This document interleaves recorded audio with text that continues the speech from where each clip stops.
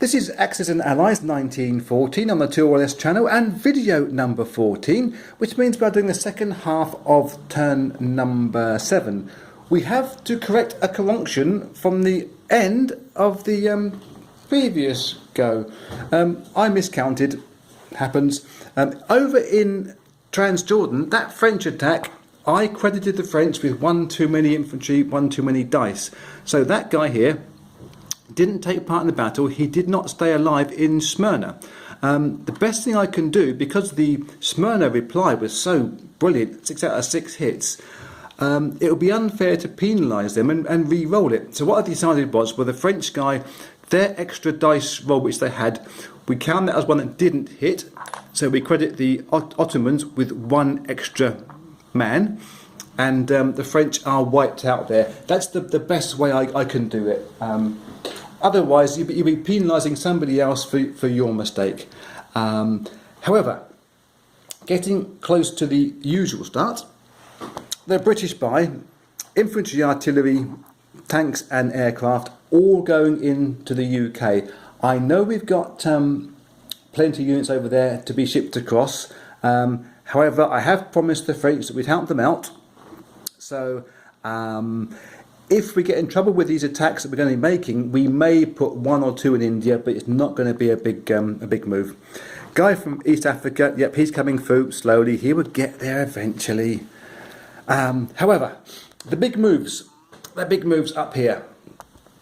We are going to be having the Ankara crew, just 2 infantry, tripping over their own shoelaces, with about 5 artillery and a plane, all having a go at Constantinople. If we can crack this, we are going to be well pleased. It's got to be done now, I think.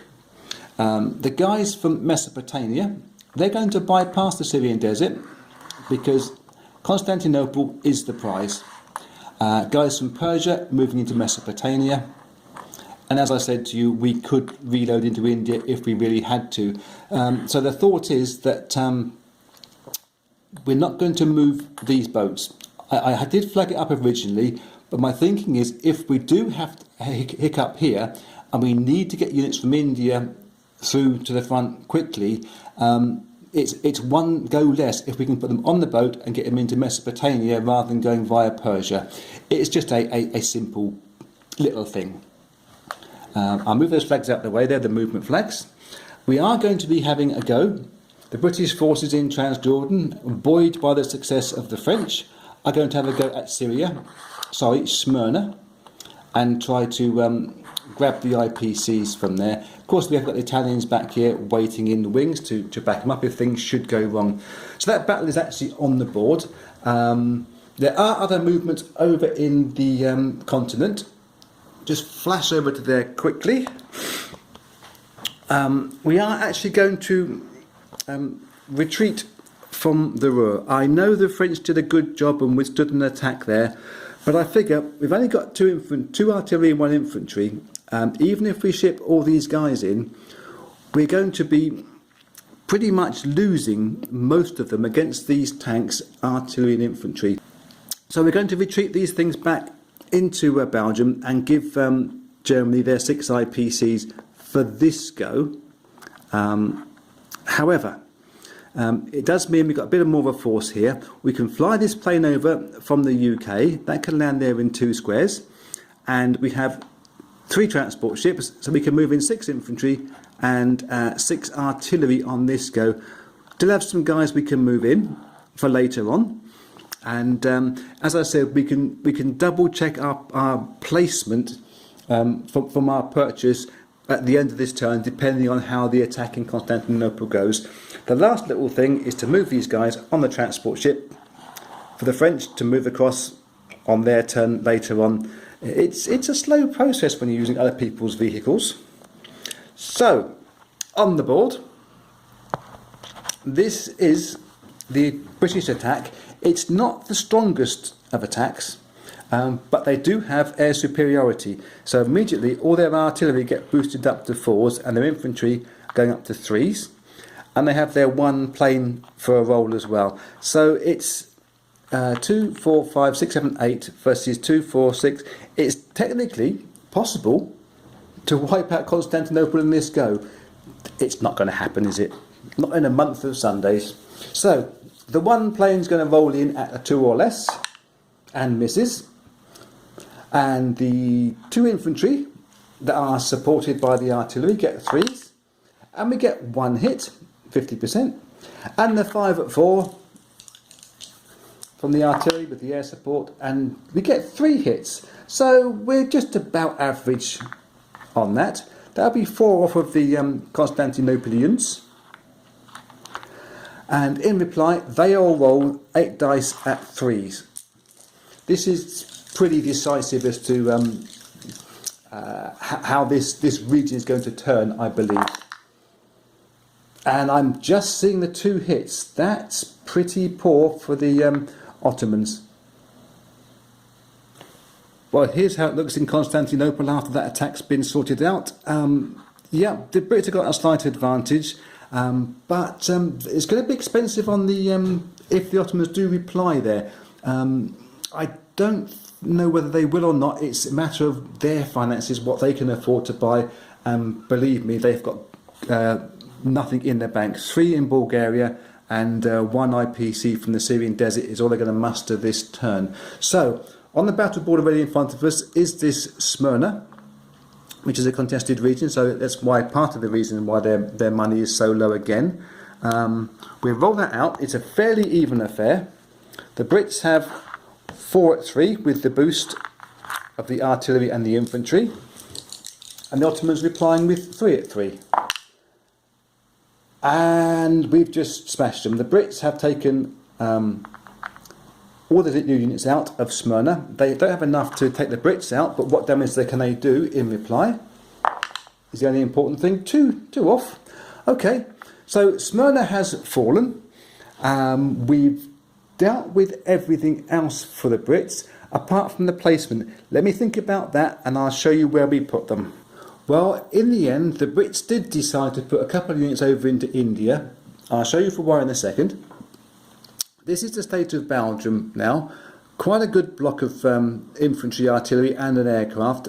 They are facing quite a big attack there, potentially, from the Germans in the Ruhr, although France is looking strong as well. So, and the American forces in Holland. I did have an idea that the Entente were starting to put a lot of pressure on. With the Ottomans falling, I thought, well, okay, it's done deal, isn't it? But I don't know now. Central Powers looking to be quite strong. Now they've got rid of the threat from Russia and are starting to be able to concentrate on one side of the map. It's a lot easier a task for Central Powers than it was just 1.5, 2 rounds ago. Now, the reason why putting stuff over into India, apart from the fact we left the boats here, so we might as well use them, was my thinking that also we do have the Austria-Hungary guys up here, just down the shot, in Tatarstan, who could come into Sevastopol and threaten Mesopotamia, who could come into Kazakhstan and get into Persia, back door to India. So with the Brits do have to have one eye on their back door in Bombay. Now the Ottomans have got a minimal buy.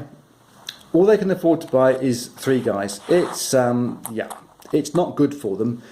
If we were to attack from Constantine here, or Constantinople here, it's possible that the Ottomans could actually lose their capital on this turn, which we obviously, you're not going to want not to do that, are you? So I think even if we move the troops in from Bulgaria, it's still not a done deal. So I think the best thing to do for the Ottomans is to not attack here, to load these 3 in at the end of their turn. Don't worry about that, they're going to go at the end of the turn. That gives them a much bigger base. Plus, what they can do is effectively give up on the one IPC available for Syrian desert and use these 8 guys to go into Smyrna, take these bits from behind and gain 2 IPCs back for that, which anything they can grab now is going to be good, and give the Brits a bit more of a headache than they were going to have if the Syrian desert guys attacked Mesopotamia. That would just be a joke for them, really. So, on the board, we have the Syrian desert crew, 8 men, stout and hardy, all rolling in at 3s, infantry, artillery, completely match, and they get just the one hit. Oops, that's annoying. But it is what it is. We be as fair as we can. The Brits in Smyrna turn around and say, "Here, what are you doing there?" And they get one hit as well. Okay. That really didn't go to plan for Syrian desert. They've left that back door wide open. They've left themselves wide open for an attack. I'm just adjusting up there as I'm speaking. That's what it looks like in Smyrna. Yeah, wide open for an attack from Ankara. And obviously Mesopotamia can sort of follow through, and this isn't working out well for them. But I still do believe that Central Powers in Europe do have a pretty good stronghold.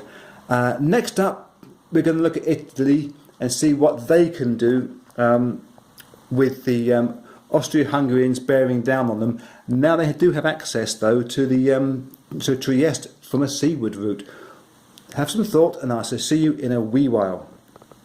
Well, the Italian purchase here on round 7 is a predictable infantry only, I think, buy. We've got 6 guys here. We are going to be utilising some transport, as was the suggestion, but not going to try and attack Trieste. We're going to be annoying.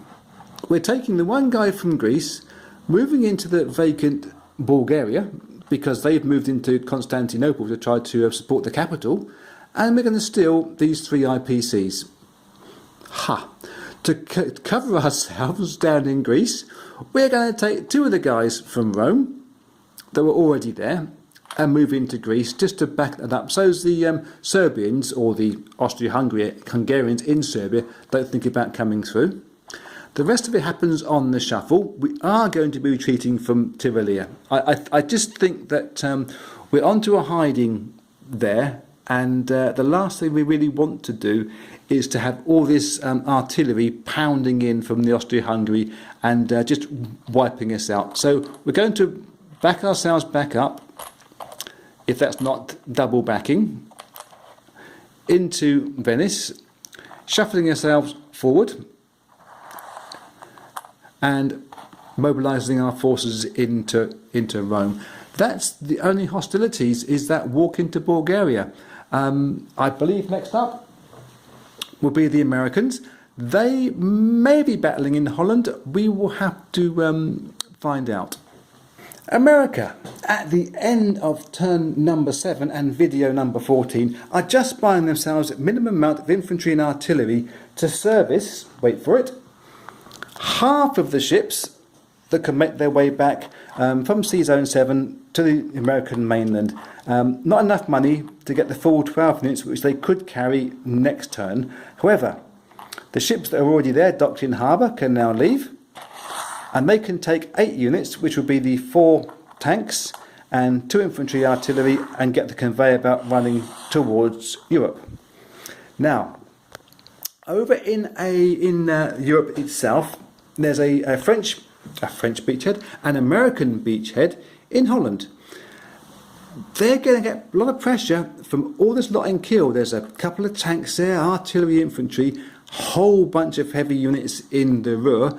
And I'm thinking, well, the Americans can't retreat and come back across the channel. That would be ridiculous. And obviously, Americans don't retreat and make a tactical advance to the rear. And I think they should be just thinking, turn right and go back into Belgium, amalgamate these forces together just here. That, I believe, is the best bet. If we assume that the the French are holding Alsace and they're doing a sterling job there.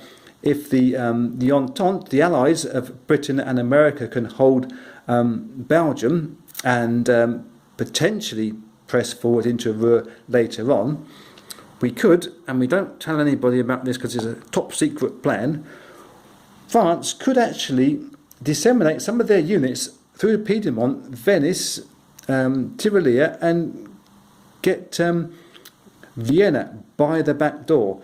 Now, with the Brits doing quite well down in Constantinople, that's one city that we have to get. If the Entente can get through to here, they don't have to get Berlin to win the game. So that's the plan, Stan. It's not the best of plans because obviously way up in Tatarstan, the remains of the Ottoman, the Austria-Hungary attack force can cause a bit of difficulties for the Brits in India, Persia region. We're going to have to see how this plays out. I'm looking forward to video number 15 and turn number 8. I will see you there.